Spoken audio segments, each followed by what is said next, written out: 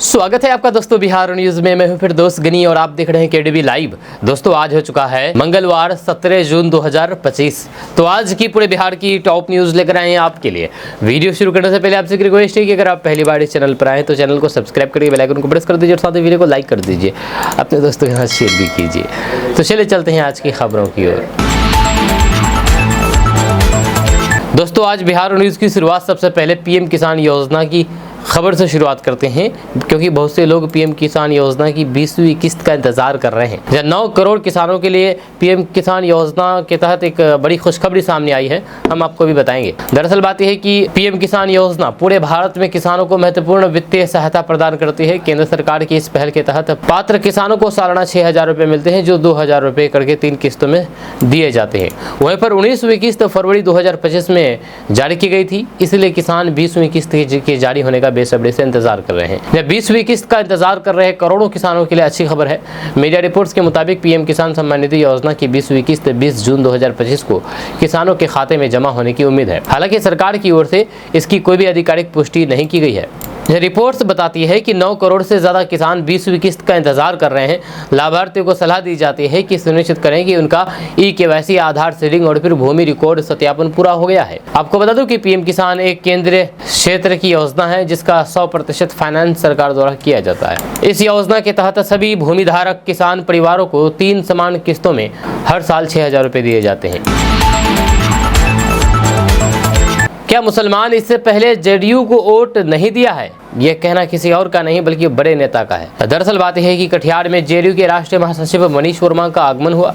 यहाँ पर उन्होंने जनसुराज और आरजेडी पर जोरदार हमला बोला और कहा कि जनसुराज सिर्फ इंटरनेट मीडिया तक सीमित है, जहाँ जमीन पर इसका कोई भी अस्तित्व नहीं है। राजद को घेरते हुए उन्होंने कहा कि मंगलीलाल मंडल को प्रदेश अध्यक्ष बनाना केवल प्रतीकात्मक राजनीति का हिस्सा है। जहाँ उन्होंने कहा है कि आरजेडी केवल अति पिछड़ा समाज को लुभाने की कोशिश कर रहा है, जबकि उसका पूरा राजनीतिक इतिहास अति पिछड़ा विरोधी रहा है। आरजेडी ने पहले अति पिछड़ा आरक्षण का विरोध किया और अब केवल राजनीतिक लाभ के लिए अति पिछड़ा चेहरा आगे कर रही है। जहाँ उन्होंने केंद्र और फिर राज्य सरकार की उपलब्धियां गिनाते हुए कहा है कि केंद्र और राज्य सरकार बिहार के विकास के लिए बढ़ चढ़ करके कार्य कर रही है। प्रधानमंत्री बिहार को कई बड़ी बड़ी योजनाओं के लिए विशेष पैकेज के तहत राशि दे रही है। सभी वर्गों के विकास के लिए कार्य किया जा रहा है। उन्होंने अल्पसंख्यक वोट ट्रेंड पर चिंता जताते हुए कहा है कि अल्पसंख्यकों के कल्याण के लिए मुख्यमंत्री नीतीश कुमार ने कई योजनाएं चलाई है। जहाँ इसके बावजूद भी बीते चुनाव में जेडीयू को जो अल्पसंख्यक वोट मिलने चाहिए थे उससे कम मिले हैं। उन्होंने कहा है कि विपक्ष इन समुदाय के साथ झूठा वादा और फिर गलत बयानबाजी करके इन्हें दिग्भ्रमित कर रहा है। आरजेडी केवल एक जाति विशेष की राजनीति करके समाज को बांटने का कार्य कर रही है। दोस्तों अब बिहार के लोग भी दुनिया का सबसे महंगा आम का स्वाद चख सकेंगे। जो आपको बता दें कि आम फलों का राजा कहा जाता है। ये अमीर गरीब सबके लिए सुलभ है। ये इसकी कीमत भी जेब पर असर नहीं डालती है। यही कारण है कि इसे काफ़ी पसंद किया जाता है। ये पौष्टिकता से भरपूर होता है। जहाँ आज बाजार में स्थानीय के साथ बाहर से आने वाले अल्फांसो, केसर, दशहरी, जर्दालू, हिमसागर, चौसी, बादामी, सफ़ेदा, लंगड़ा, तोतारीपुरी आदि के साथ कई आम के वेराइटीज़ मौजूद हैं। परंतु ये बात हमारे जहन में बराबर उठती है कि आखिर कौन सी आम दुनिया में सबसे महंगी है। तो हम आपको बता दें कि दुनिया की सबसे महंगी आम जापान की मियाजाकी आम है। ये जापानी प्रजाति का आम है। ये दुनिया में सबसे महंगा आम माना जाता है। 2,70,000 रुपये प्रति किलो तक है। जब पर यह आम अब स्थानीय स्तर पर भी उपलब्ध होगा, यानी कि बिहार में भी 2,70,000 रुपये किलो वाला आम मिलेगा। इसे जैविक तरीके से बढ़ावा देने का कार्य प्रखंड के हरपुर गांव निवासी किसान विजय गिरी कर रहे हैं। यह आम पोषक तत्वों से भरपूर और फिर काफ़ी स्वादिष्ट भी है। यह किसान प्रति पौधा 5,000 रुपये बंगाल से खरीद करके लाए थे, परंतु वातावरण परिवर्तन के कारण अच्छा प्रदर्शन नहीं कर सके। किसी तरह कृषि वैज्ञानिक के परामर्श और फिर देख रेख में इस साल काफ़ी अच्छे फल लगे हैं। वहीं पर किसान विजय गिरी बताते हैं कि 3 साल पहले इसे लगाया था। ये पिछले साल 2-3 फल लगे थे, पर इस साल आम की अच्छी फसल हुई है। इसका उत्पादन जैविक तरीके से किया जाता है। भविष्य में इसके और पौधे बढ़ाया जाएगा, जिसे देखने के लिए अगल बगल के किसान भी पहुंच रहे हैं। आपको बता दूं कि मियाजाकी आम को एग ऑफ द सन मतलब सूरज का अंडा भी कहा जाता है। इसमें एंटीऑक्सीडेंट, फोलिक एसिड और फिर बीटा कैरोटीन प्रचुर मात्रा में पाया जाता है, जो शरीर के लिए काफ़ी फायदेमंद है। इसके अलावा विटामिन ए, सी और फिर ई के साथ पोटेशियम और फिर मैग्नीशियम जैसे खनिजों का ये एक समृद्ध स्रोत भी है। ये रेशेदार नहीं होता है, इसका गुदा नाजुक होता है, जो इसकी ख़ास खुशबू, बेहतरीन स्वाद और चमकीले रंग के कारण ये दुनिया भर में मशहूर है। दोस्तों, पटना मेट्रो को लेकर के एक बहुत बड़ी अपडेट सामने आई है। आपको बता दें कि पटना मेट्रो परियोजनाओं को ज़मीन के नीचे भी गति देने की तैयारी शुरू हो गई है, जहां कॉरिडोर 1 के अंतर्गत 9.35 किलोमीटर लंबी भूमिगत सुरंग और फिर 6 अत्याधुनिक मेट्रो स्टेशन के निर्माण के लिए कार एजेंसी का चयन कर लिया गया है। ये जिम्मेदारी अब हिंदुस्तान कंस्ट्रक्शन कंपनी लिमिटेड यानी कि HCC को दी गई है, जब कंपनी को ये निर्माण कार्य 42 महीने यानी कि 3.5 वर्षों के भीतर पूरा करना होगा। जब पहले चरण में रुकनपुरा, राजा बाजार और फिर चिड़ियाघर स्टेशन के साथ पाटलिपुत्र से विकास भवन तक सुरंग बनाई जाएगी। इसके लिए अनुमानित लागत 1377 करोड़ रुपए थी, लेकिन कंपनी ने 1147 करोड़ रुपए में ये कार्य करने की बोली लगाई है। दोस्तों, कांग्रेस की पूर्व अध्यक्ष सोनिया गांधी की तबीयत अचानक से बिगड़ गई है, जब कांग्रेस नेता सोनिया गांधी को दिल्ली के सर गंगाराम अस्पताल में भर्ती कराया गया है। जानकारी के मुताबिक पेट से जुड़ी हुई समस्याओं के चलते उन्हें गैस्ट्रो विभाग में भर्ती कराया गया है और निगरानी में रखा गया है, जब डॉक्टरों की एक टीम उनकी हालात पर कड़ी निगरानी रख रही है।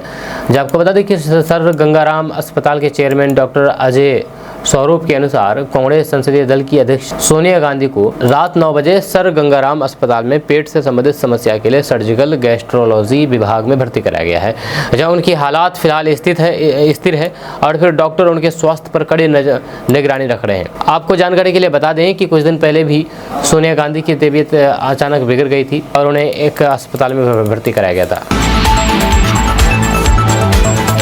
बिहार के मुजफ्फरपुर जिले के औराई थाना क्षेत्र से एक अनोखा मामला सामने आया है, जहां पर प्रेमिका चोरी छिपे अपने प्रेमी से मिलने पहुंची, लेकिन जब ग्रामीणों की नज़र पड़ी तो फिर पूरा घटनाक्रम अचानक से मोड़ ले लिया गया। जब लोगों ने प्रेमी युगल को पकड़ लिया गया और फिर गांव वालों की मौजूदगी में उनकी शादी करवा दी गई। जब इस शादी का वीडियो सोशल मीडिया पर तेजी से वायरल हो रहा है। जानकारी के मुताबिक गाँव की एक लड़की किसी बहाने से घर से निकली और सुनसान गाछी यानी कि बगीचे में अपने प्रेमी से मिलने पहुंची। इसी दौरान कुछ ग्रामीणों की नज़र उन पर पड़ी।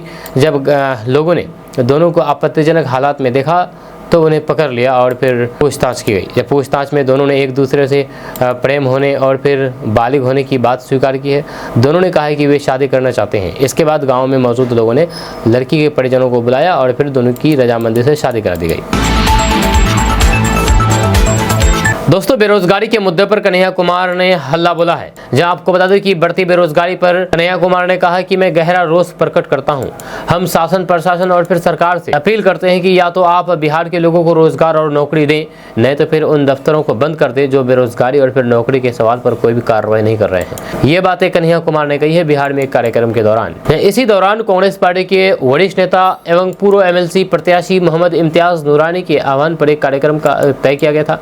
कन्हैया कुमार ने कहा है कि रोजगार का अधिकार सिर्फ नेताओं के बेटों तक सीमित नहीं होना चाहिए, बल्कि गरीब किसानों, मजदूरों और फिर आम लोगों के बच्चों को भी नौकरी मिलनी चाहिए। उन्होंने कहा है कि हमारे नौजवान यहाँ जन्म लेते हैं, पढ़ाई करते हैं, लेकिन नौकरी के लिए उन्हें अपने घर जमीन छोड़ करके दिल्ली, पंजाब, गुजरात जाना पड़ता है। वहीं पर कन्हैया कुमार ने करत करत अभ्यास से वाली कहावत का जिक्र करते हुए कहा कि कांग्रेस पार्टी एक गंभीर सवाल उठा रही है और इसका असर निश्चित तौर पर होगा।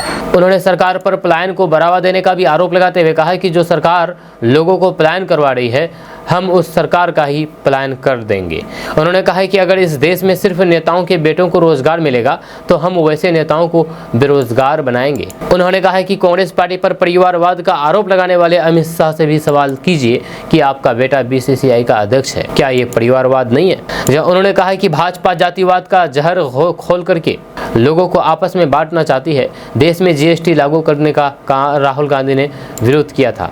राहुल गांधी का कहना था कि GST से छोटे छोटे व्यापारी का कारोबार बंद हो जाएगा, लेकिन मोदी सरकार ने नहीं सुना और GST लागू कर दिया। आज देश के छोटे छोटे व्यापारी की हालात क्या है वे हर कोई जानते हैं। जब मोदी सरकार ने हर वो काम किया है जिससे गरीबों को नुकसान और फिर अमीरों को फायदा हुआ है। उन्होंने कहा है कि मोदी सरकार बड़े बड़े कारोबारी को फायदा पहुंचाने के लिए देश में काम कर रही है। दोस्तों, बिहार की राजनीति में लालू प्रसाद यादव की एक वीडियो ने हलचल मचा दी है। इस विवाद में जनसुराज के मास्टरमाइंड प्रशांत किशोर भी कूद पड़े हैं। उन्होंने लालू प्रसाद यादव द्वारा बाबा साहेब अम्बेडकर की तस्वीर का अपमान करने को लेकर के कांग्रेस पर हमला बोला है। उन्होंने राहुल गांधी से कहा है कि अगर हिम्मत है तो फिर बाबा साहेब का अपमान करने के लिए लालू यादव का विरोध करें। जनसुराज के मास्टरमाइंड प्रशांत किशोर अपनी बिहार वारी यात्रा के तहत लगातार बिहार के विभिन्न जिलों और फिर प्रखंडों का दौरा कर रहे हैं। इसी क्रम में वे मुजफ्फरपुर पहुंचे, जहां पर उन्होंने स्थानीय लोगों से बातचीत की और फिर एक प्रेस कॉन्फ्रेंस को संबोधित करते हुए किया। प्रेस कॉन्फ्रेंस में प्रशांत किशोर ने कांग्रेस और फिर उनके नेता राहुल गांधी पर हमला बोला है। उन्होंने कहा है कि बिहार में कांग्रेस की कोई भी राजनीतिक हैसियत नहीं बची है, जब पिछले 30 सालों से कांग्रेस लालू यादव और फिर अब तेजस्वी यादव का झंडा लेकर के चल रही है। प्रशांत किशोर ने राहुल गांधी को चुनौती देते हुए कहा कि अगर हिम्मत है तो बिहार में अकेले चुनाव लड़े। उन्होंने ये भी कहा कि कांग्रेस अब अपने अस्तित्व की लड़ाई लड़ रही है और बिहार में उसकी कोई भी स्वतंत्र पहचान नहीं बची है। प्रशांत किशोर ने कांग्रेस पर भी निशाना साधा है। वहीं पर अपने सबसे तीखे हमले में प्रशांत किशोर ने बाबा साहेब भीमराव अंबेडकर की तस्वीर को लालू यादव से जोड़े जाने पर उठे विवाद का मुद्दा उठाया है। उन्होंने आरोप लगाया है कि राहुल गांधी ने अंबेडकर जी की तस्वीर के सामने कदम रख करके उनका अपमान किया है। दोस्तों, अब पटना से दक्षिण बिहार आना जाना और भी आसान हो गया है। मुख्यमंत्री नीतीश कुमार ने फिर से एक एलिवेटेड रोड की सौगात दी है। उन्होंने पटना महोली हाईवे रोड का शुभारंभ कर दिया है। इससे अब रोज घंटों लगने वाले जाम से लोगों को मुक्ति मिलेगी और समय की बचत होगी। इस सड़क के चालू होने से राजधानी पटना के दक्षिणी इलाकों में रहने वाले लाखों लोगों को यातायात में काफ़ी सहूलियत मिलने वाली है। अब सिपारा से महोली एलिवेटेड पथ पर जाने के लिए भुक्तिपुर के पास बने रैंप से होकर के लोग अब सफ़र कर सकेंगे और फिर सिपाड़ा से महोली की दूरी महज 5 से 6 मिनट में पूरी हो जाएगी। इससे दक्षिण बिहार के विभिन्न जिलों में आना जाना भी अब बेहद आसान हो जाएगा। दोस्तों, सोशल मीडिया की दुनिया अजब गजब नज़ारों से भरी पड़ी है, मगर यहाँ कभी कभी ऐसा कुछ नज़र आ जाता है जिसे देख करके होश उड़ जाते हैं। आंखों पर यकीन नहीं होता है कि ऐसा नज़ारा देखने को भी मिल सकता है। यकीन नहीं करेंगे, मगर अभी एक ऐसा ही वीडियो सामने आया है जो किसी के भी रोंगटे खड़े कर देगा। वायरल वीडियो मध्य प्रदेश में इंदौर का बताया जा रहा है, जहाँ पर लोगों ने 4 पंखों वाले पक्षी को कैमरे में कैद कर लिया। इसमें देखेंगे कि शाम ढलने को है, तभी लोगों की नज़र बिजली के पंखे पर पड़ती है। उड़ान भर रहा एक पक्षी कुछ पल के लिए वहां ठहरता है। जब पक्षी अपने पंख हवा में लहराता है, यहाँ तक कि सब कुछ सामान्य नजर आता है, मगर एकाएक पक्षी के शरीर से 2 पंख और बाहर निकलते ही यह फ्रेम में यह नज़ारा देख करके हर किसी के होश उड़ गए। हालांकि वीडियो की सत्यता पर कई लोगों ने सवाल भी उठाए हैं। जब लोगों ने वीडियो को AI या फिर ग्राफिक का कमाल बताया है। इसमें वीडियो को कुछ इस तरह से एडिट किया गया ताकि बिल्कुल असली जैसा लगे। बहरहाल, हैरान करने वाला वीडियो अलग अलग प्लेटफॉर्म पर अभी तक हजारों लाखों व्यूज़ बटोर चुका है। इसे इंस्टाग्राम पर भोपाल टाइम्स नाम के हैंडल से भी शेयर किया गया है। दोस्तों, तेजस्वी यादव सत्ता में काबिज होने के लिए तरह तरह के और बड़े बड़े वादे कर रहे हैं। चाहे 2500 रुपये हर महीने महिलाओं को देने का वादा हो, 200 यूनिट बिजली फ्री देने का वादा हो और 100% डोमिसाइल नीति लागू करने का वादा हो। जी, आपको बता दूं कि तेजस्वी यादव ने बिहार की जनता के सामने कई बड़े वादे करते हुए कहा कि अगर राज्य में उनकी सरकार बनती है तो फिर वे जनता की वर्षों पुरानी समस्याओं का समाधान करके रहेंगे। उन्होंने खास तौर पर महिलाओं, युवाओं और फिर गरीब वर्गों को ध्यान में रखते हुए योजना की घोषणा की है। जी हाँ, तेजस्वी यादव ने कहा है कि उनकी सरकार बनने पर बिहार में 100% डोमिसाइल कानून लागू किया जाएगा, जिससे बाहरी लोगों को राज्य की सरकारी नौकरी में रोक लगाई जा सकेगी और फिर सिर्फ बिहार के युवाओं को ही नौकरी का पूरा अधिकार मिलेगा। इसके साथ ही उन्होंने माई बहन मान योजना की घोषणा की है, जिसके तहत हर महिला के खाते में प्रति माह 2500 रुपये सीधे भेजे जाएंगे। तेजस्वी यादव ने कहा है कि अगर झारखंड की महिलाओं को ये सुविधा मिल सकती है तो फिर बिहार की माताओं बहनों को क्यों नहीं।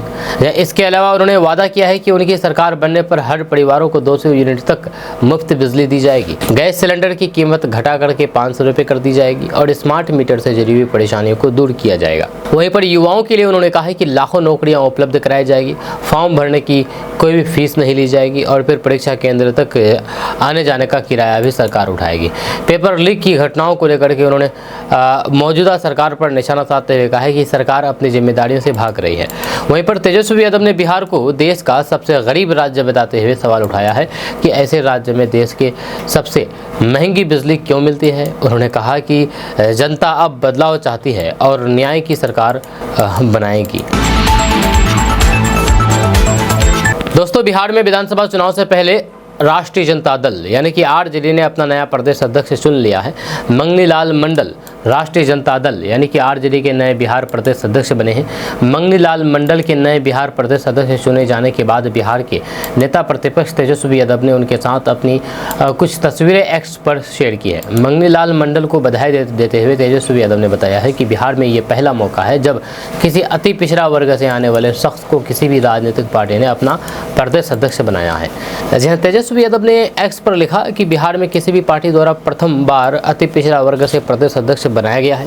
यह राजद से अनुसूचित जाति वर्ग, मुस्लिम वर्ग, पिछड़ा वर्ग एवं अग्रा वर्ग से पूर्व में प्रदेश अध्यक्ष रह चुके हैं।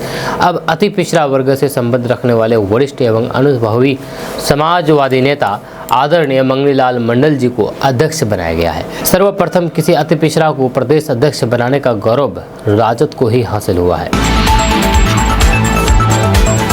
दोस्तों, विधानसभा चुनाव में बिहार में एक नए विकल्प का समर्थन करने की अपील करते हुए जनसुराज के संस्थापक प्रशांत किशोर ने कहा कि लोगों ने लालू यादव, पीएम मोदी और नीतीश कुमार का शासन देखा है, लेकिन अब जनता का शासन होना चाहिए। यह एक सभा को संबोधित करते हुए प्रशांत किशोर ने कहा कि मैं वोट नहीं मांग रहा हूं। मैंने पिछले 2.5 वर्षों में 5000 गाँव की यात्रा की है, कई लोगों को इकट्ठा किया है और एक पार्टी जनसुराज बनाई है। आपने लालू प्रसाद यादव, पीएम मोदी, नीतीश कुमार का शासन देखा है, अब बिहार में लोगों का शासन जनसुराज होना चाहिए। इससे पहले प्रशांत किशोर ने आरजेडी और जेडीयू पर निशाना साधते हुए कहा कि 30 साल से उन्होंने बिहार में सिर्फ गरीबी और फिर भ्रष्टाचार फैलाया हुआ है। उन्होंने कहा है कि पिछले 30 सालों से वे सिर्फ सामाजिक न्याय का नारा देकर के अपने परिवार और फिर अपने बच्चों को भला करना चाहते हैं। उनके पास ना तो कोई विजन है और ना ही समाज के लिए कुछ करना चाहते हैं, जब वे सिर्फ जाति के आधार पर लोगों को बांट करके राजनीति करना चाहते हैं। पिछले 30 सालों में उन्होंने बिहार में सिर्फ गरीबी और भ्रष्टाचार दिया है। बिहार में विधानसभा चुनाव में बस कुछ ही महीने का वक्त बाकी है। बीजेपी ने इसको लेकर के तैयारियां शुरू कर दी है। इसको लेकर के भाजपा ने बिहार में इलेक्शन वार रूम बना दिया है। यहीं से पार्टी की चुनावी गतिविधियां चलाई जाएगी। भाजपा नेता रोहन गुप्ता को बिहार में भाजपा के इलेक्शन वार रूम का प्रभारी बनाया गया है। इससे पहले गुप्ता हरियाणा, झारखंड और दिल्ली विधानसभा चुनाव में ये जिम्मेदारी संभाल चुके हैं। इस वार रूम के जरिए आने वाले चुनाव के उम्मीदवारों के संबंध में भी जानकारी जुटाई जा रही है। गौरतलब है कि नीतीश सरकार का कार्यकाल 22 नवंबर 2025 को पूरा हो रहा है। ऐसे में ये उम्मीद है कि चुनाव की घोषणा इससे पहले ही हो जाएगी। जानकारी के मुताबिक इसके लिए पार्टी ने 135 से 150 वॉलंटियर्स को हायर किया है। इकोनॉमिक टाइम्स के मुताबिक इन सभी ने वार रूम बनाए गए कॉल सेंटर में काम करना शुरू कर दिया है। ये वॉलंटियर्स बूथ और फिर मंडल स्तरीय कार्यकर्ताओं को फ़ोन कर रहे हैं, जब फ़ोन पर महत्वपूर्ण जानकारी और फिर वोटर प्रोफाइल के बारे में जानकारी मांगी जा रही है। दोस्तों, आरजेडी प्रमुख लालू प्रसाद यादव पर संविधान निर्माता भीमराव अंबेडकर का अपमान करने का आरोप लगा है, जिसको लेकर के विरोधी उन पर लगातार हमलावर हैं। अब केंद्रीय मंत्री गिरिराज सिंह ने भी इस विवाद पर प्रतिक्रिया दी है। गिरिराज सिंह ने कहा है कि लालू प्रसाद यादव को अपने इस कृत्य के लिए बालू गोबर खा करके प्रायश्चित करना चाहिए। पटना में मीडिया कर्मियों से बातचीत में गिरिराज सिंह ने कहा है कि दलितों के प्रति लालू प्रसाद यादव का असली चेहरा सामने आ गया है। अम्बेडकर को पूरे देश में भगवान की तरह पूजा जाता है, लेकिन लालू जी ने उनका अपमान किया है और फिर उन्हें पैरों के नीचे कुचलने जैसे काम किया है। इसके लिए उन्हें देश के दलितों से माफ़ी मांगनी होगी और प्रायश्चित करना होगा। यह केवल माफ़ी ही नहीं, बल्कि गंगा के किनारे जाकर के बालू गोबर खा करके गंगा जल से प्रायश्चित करना होगा। अगर हिंदू धर्म में विश्वास नहीं है तो फिर फुलवारी शरीफ जाकर के वहाँ भी प्रायश्चित करें। ये विवाद लालू प्रसाद यादव के 78वें जन्मदिन समारोह के दौरान सामने आया था और ये विवाद लगातार बढ़ता जा रहा है। दोस्तों, जून की तेज गर्मी ने लोगों के पसीने छुड़ा रहे हैं। बाहर तो छोड़ दीजिए, घरों में कूलर के सामने बैठने पर भी पसीने नहीं सूख रहे हैं। इस गर्मी से राहत पाने के लिए अब सबकी निगाहें मानसून पर टिकी है। मानसून की रफ्तार पकड़ने की खबरें लोगों को उम्मीद तो बंधा रही है, लेकिन वे जानना चाहते हैं कि ये मानसून कहां तक पहुंचा है और दिल्ली एनसीआर में मानसून की बारिश कब से शुरू होगी। आइए इसके बारे में जानते हैं। आपको बता दें कि प्राइवेट मौसम वेबसाइट स्काईमेट वेदर के मुताबिक इस साल दक्षिण पश्चिमी मानसून की एंट्री पकड़ी तो ज़बरदस्त रही है और उसने 26 मई तक देश के 35% हिस्से को कवर कर लिया था, जो सामान्य तारीख से कहीं पहले है। हालांकि इसके बाद ये पश्चिमी और फिर पूर्वी दोनों दिशाओं में ठहर गया है। जब पश्चिमी तट पर मानसून मुंबई से आगे नहीं बढ़ा और पूर्वी भारत में ये बालूरघाट, दार्जिलिंग और फिर कलिंगपोंग तक ही सीमित रह गया है। आमतौर पर 15 जून तक मानसून पूरे पश्चिम बंगाल, झारखंड और बिहार में फैल जाता है, लेकिन इस बार थोड़ी देरी हुई है। आपको बता दें कि मानसून के आगमन से पहले ही हवाओं का रुख बदल करके पूर्व की ओर हो जाएगा, जो मानसून की आम पहचान है। हालांकि मुख्य बारिश 16 जून के बाद से ही शुरू होगी, यानी कि आज जब पश्चिम बंगाल, झारखंड और फिर बिहार में 16 से 18 जून के बीच अच्छी मानसून बारिश देखने को मिलेगी। इन्हीं तारीखों में इन राज्यों में आधिकारिक रूप से मानसून के पहुंचने की संभावना है। रिपोर्ट्स के मुताबिक जैसे ही इस सिस्टम पश्चिम की ओर बढ़ेगा तो फिर मानसून की धारा को और फैला देगा। इसके बाद 19 से 21 जून के बीच मानसून छत्तीसगढ़, पूर्वी उत्तर प्रदेश और फिर पूरे मध्य प्रदेश को कवर कर लेगा। दोस्तों, बिहार में भूमि सर्वेक्षण यानी कि जमीन सर्वे का काम धीमा हो गया है। जब चुनाव को देखते हुए सरकार ने जमीन सर्वे का काम स्लो कर दिया है। इसके पीछे की वजह सर्वेक्षण कार्य में रैयतों को हो रही परेशानी है। इससे सरकार के खिलाफ आक्रोश पनप रहा था। गैर मजरूआ और फिर बकास जमीन की बंदोबस्ती को लेकर के सबसे ज़्यादा परेशानी है। जब रैयत बैलगानी जमीन की बंदोबस्त रद्द करने के खिलाफ है। सरकार समय रहते आम लोगों की नाराजगी को भांप गई है, लिहाजा विधानसभा चुनाव तक काम धीमा करा दिया गया है। इधर बिहार के राजस्व एवं भूमि सुधार विभाग के मंत्री ने भूमि सर्वेक्षण को लेकर के हाई लेवल मीटिंग बुलाई। आपको बता दें कि भू अभिलेख एवं परिमाप निदेशालय के निदेशक जे प्रियदर्शनी ने सभी बंदोबस्त पदाधिकारियों को पत्र लिखा है। इसमें 17 तारीख को होने वाले विशेष सर्वेक्षण एवं बंदोबस्त कार्यों की मासिक समीक्षा बैठक के एजेंडे के बारे में जानकारी दी गई है। दोस्तों, अगर ट्रेन में मोबाइल चोरी हो जाती है तो अब वो वापस मिल जाएंगे। दरअसल बात यह है कि पटना के दानापुर रेल मंडल के अंतर्गत आरा जंक्शन से अब किसी भी यात्री का मोबाइल चोरी या फिर गुम होने पर आरपीएफ उसे ढूंढ करके वापस करेगी। इसके लिए आरपीएफ ने दूरसंचार विभाग के central equipment identity registered CIR portal के साथ साझेदारी की है। पायलट परियोजना के तहत पिछले दिनों गुम हुए कुछ मोबाइल के IMEI नंबर को इस सिस्टम में डाला गया और 1 दर्जन की संख्या में मोबाइल को बरामद करके उनके मालिकों को लौटाया गया। दरअसल मोबाइल चोरी या फिर अन्य सामान की चोरी की रिपोर्ट JRP लिखने में आनाकानी करती है। रेलवे ने RPF को भी कुछ अधिकार दी है। मोबाइल चोरी के मामले में यात्री अब मन चाहे थाना में JRP और फिर RPF के पास आवेदन कर सकते हैं। RPF इंस्पेक्टर दीपक कुमार ने बताया है कि रेल यात्रियों के खो गए या फिर गायब मोबाइल फोन को ढूंढ निकालने के लिए रेलवे सुरक्षा बल ने दूरसंचार विभाग से हाथ मिलाया है। भारतीय रेल द्वारा इस पहल को आरा जंक्शन पर लागू कर दिए जाने के बाद रेल यात्रियों को फायदा मिलेगा। अपना गुम मोबाइल फोन को प्राप्त करने के लिए यात्री इसकी रिपोर्टिंग रेल मदद या फिर 139 यानी कि 139 डायल कर सकते हैं और यहाँ से आप इसको लेकर के मोबाइल के लिए खोने के लिए आप शिकायत कर सकते हैं। दोस्तों, बिहार में गर्मी भयंकर पड़ रही है। बिहार के सीतामढ़ी में गर्मी चरम पर पहुंच चुका है। सीतामढ़ी में कल 43 से 44 डिग्री सेल्सियस तक पहुंच गया था। सूरज की गर्मी सब कुछ झुलसा देने पर पूरी तरह से आमदा है। कड़ी धूप और गर्मी के घोर तपिश से आम से खास तक लोग परेशान हैं। कड़ी धूप के चलते विशेष जरूरत पर ही लोग घरों से बाहर निकल रहे हैं। आसमान से कड़ाके की धूप के रूप में आग बरसने के चलते DM रिची पांडे ने स्कूलों की टाइमिंग में बदलाव कर दिया है। वहीं पर सूरज की तपिश और फिर हीट वेव का आफतकाल जारी है। सुबह 8 से शाम 4 बजे तक हीट वेव का कर्फ्यू का सिलसिला जारी रहता है। गर्मी की आफत से बच्चों को अधिक परेशानी हो रही है, चाहे स्कूल जाना हो या फिर कोचिंग आना जाना हो। अब समय में परिवर्तन से इन बच्चों को स्कूल और फिर कोचिंग आने जाने में कुछ राहत जरूर मिलेगी।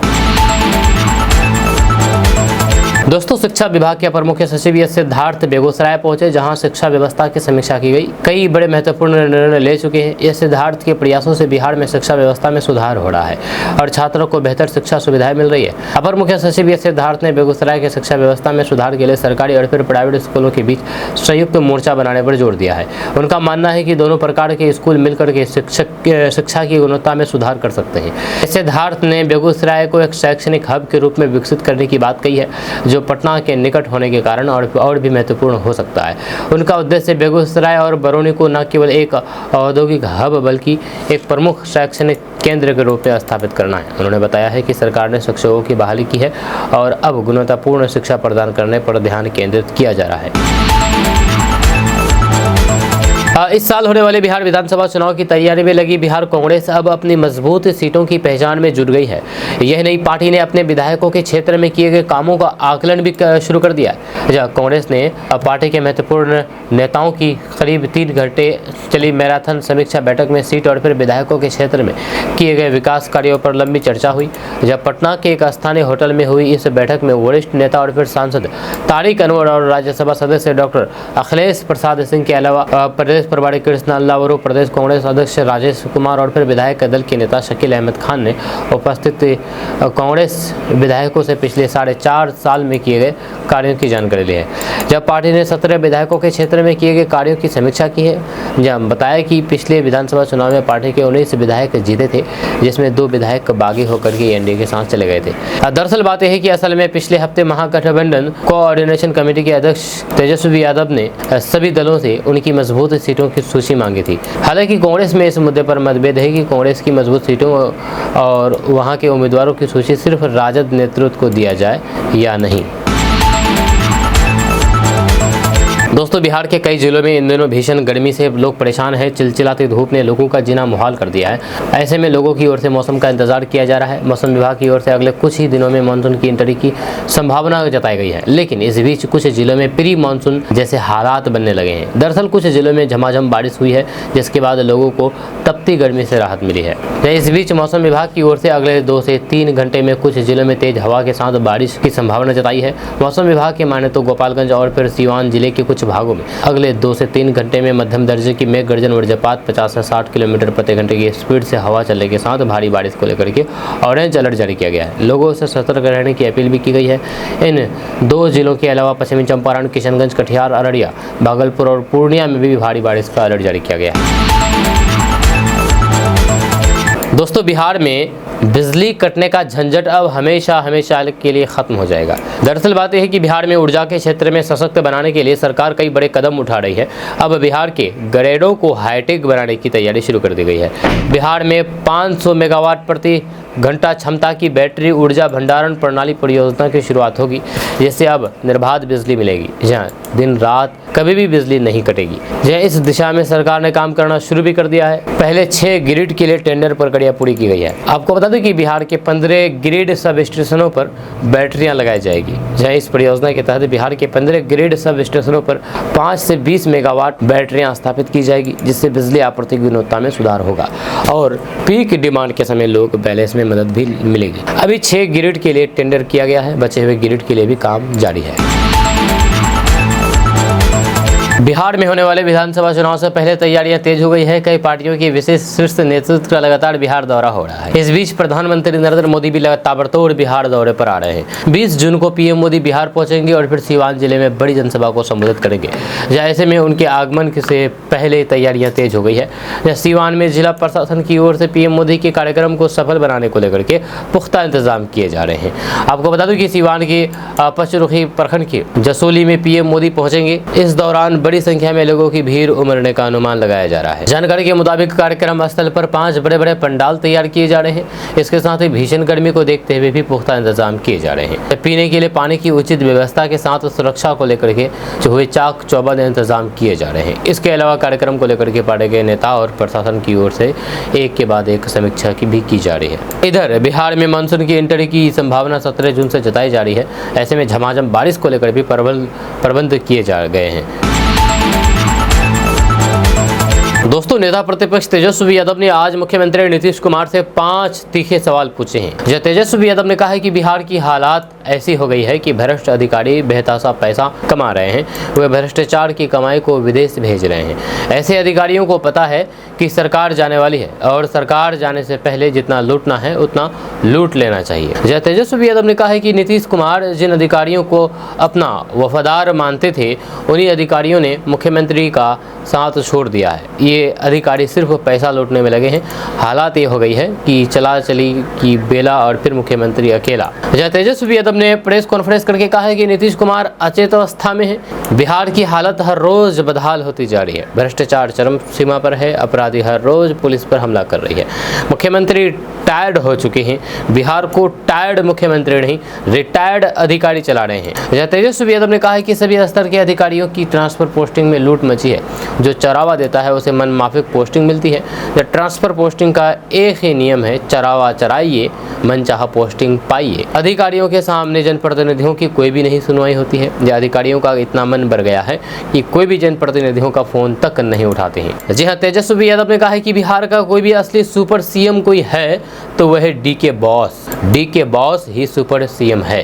डीके बॉस की मर्जी के बगैर सरकार में पत्ता तक नहीं हिलता है। डीके बॉस के पास जो कोई चरावा चराएगा तभी मलाईदार पोस्टिंग मिलेगी। साथ ही तेजस्वी यादव ने कहा है कि मुख्यमंत्री जी अब बिहार में बचा क्या है। बिहार गरीब राज्य है, लेकिन गरीब जनता का पैसा अधिकारी लूट करके खा रहे हैं, खुला भ्रष्टाचार कर रहे हैं। यहाँ तक कि ईडी और फिर सीबीआई को सारा कारनामा पता है, लेकिन केंद्र में इन्हीं की सरकार है। जो केंद्र सरकार के इशारे पर चलने वाले ईडी और सीबीआई नीतीश कुमार के खास अधिकारियों पर कैसे कार्रवाई कर सकती है, सही से जाँच हो जाए तो फिर सब फंसेंगे।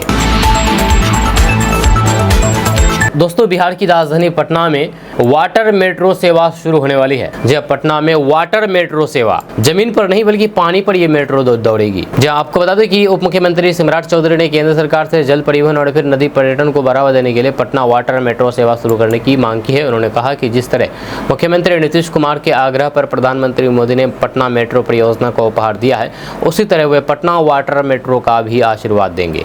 जब पटना वाटर मेट्रो जल परिवहन की दिशा में मील का पत्थर साबित होगा।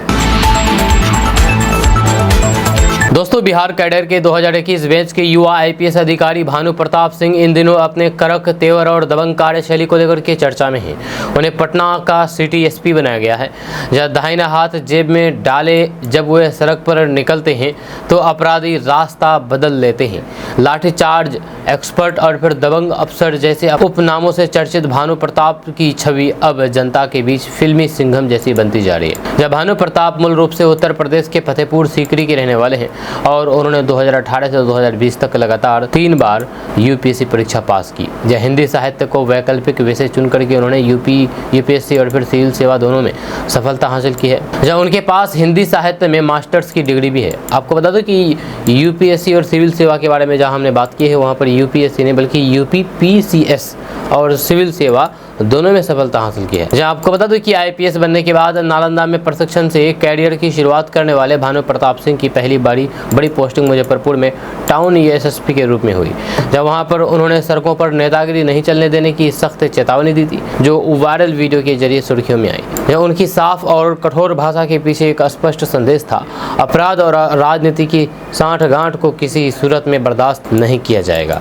इसके बाद दानापुर में एसएसपी रहते हुए उन्होंने कई बड़े एक्शन किए। दिसंबर 2024 में बाहुबली विधायक रीतलाल यादव के भाई पिंकू यादव को आत्मसमर्पण करने के लिए मजबूर करना ऐसा ही एक दुर्लभ और फिर साहसी कदम था। राजनीतिक दबाव के बावजूद भी कार्रवाई करना उनकी निडरता और फिर कर्तव्यनिष्ठा का परिचायक है। वहीं पर भानु प्रताप ने कुख्यात कालिया गैंग के गुर्गे की गिरफ्तारी करके भारी मात्रा में हथियार बरामद किए। ये कार्रवाई पुलिस महकमे में सराहनीय का विषय बनी। जिसके साथ ही जन सुरक्षा से जुड़ा हुआ एक संवेदनशील मोर्चा तब भी संभाला जब उन्होंने राजनीति संयम से प्रशांत किशोर का अनशन समाप्त करवाया। जहाँ अपने छोटे से कार्यकाल में ही भानु प्रताप सिंह ने जो पहचान बनाई है वह उन्हें आम आईपीएस अधिकारियों की कतार से अलग करती है। वे केवल वर्दीधारी अफसर नहीं बल्कि कानून का वे चेहरा है जो जनता में भरोसा और फिर अपराधियों में खौफ पैदा करता है। दोस्तों, प्रशांत किशोर ने तेजस्वी यादव पर जमकर के हमला बोला है। प्रशांत किशोर ने कहा कि तेजस्वी के पिताजी का राज नहीं है, जनता तय करेगी कि बिहार का राजा कौन होगा। आपको बता दूं कि जनसुराज के सूत्रधार प्रशांत किशोर अपनी बिहार बदलाव यात्रा के तहत लगातार अलग अलग जिलों और फिर प्रखंडों में लोगों से बात कर रहे हैं और स्थानीय पत्रकारों से भी बात कर रहे हैं। इसी कड़ी में बीती रात मधुबनी में जनसभा को संबोधित करने के बाद उन्होंने पत्रकारों से बातचीत करते हुए कहा कि झंझारपुर में आज जो भीड़ उमड़ी है वह प्रशांत किशोर या जनसुराज की ताकत नहीं है, ये बिहार के उन सभी लोगों की ताकत है जो बिहार में बदलाव चाहते हैं। जब अब तक लोग लालू के डर से भाजपा को और फिर भाजपा के डर से लालू को वोट देते रहे हैं, लेकिन अब जनता को जनसुराज का बेहतर और ईमानदार विकल्प दिख रहा है। इसके साथ ही उन्होंने नेता प्रतिपक्ष तेजस्वी यादव द्वारा उन्हें बरसाती मेंढक कहे जाने पर जोरदार पलटवार किया है। उन्होंने कहा है कि हम पिछले 3 साल से बिहार में ही हैं और अगर हम मेंढक हैं भी तो मेंढक की तरह बिहार की जनता के लिए आवाज़ उठाते रहे हैं, या टर्रा रहे हैं कि अब ये लोग बिहार को लूट नहीं पाएंगे। ये उनके पिताजी का राज नहीं है, ये राजतंत्र नहीं है, ये लोकतंत्र है और बिहार की जनता तय करेगी कि बिहार का राजा कौन होगा।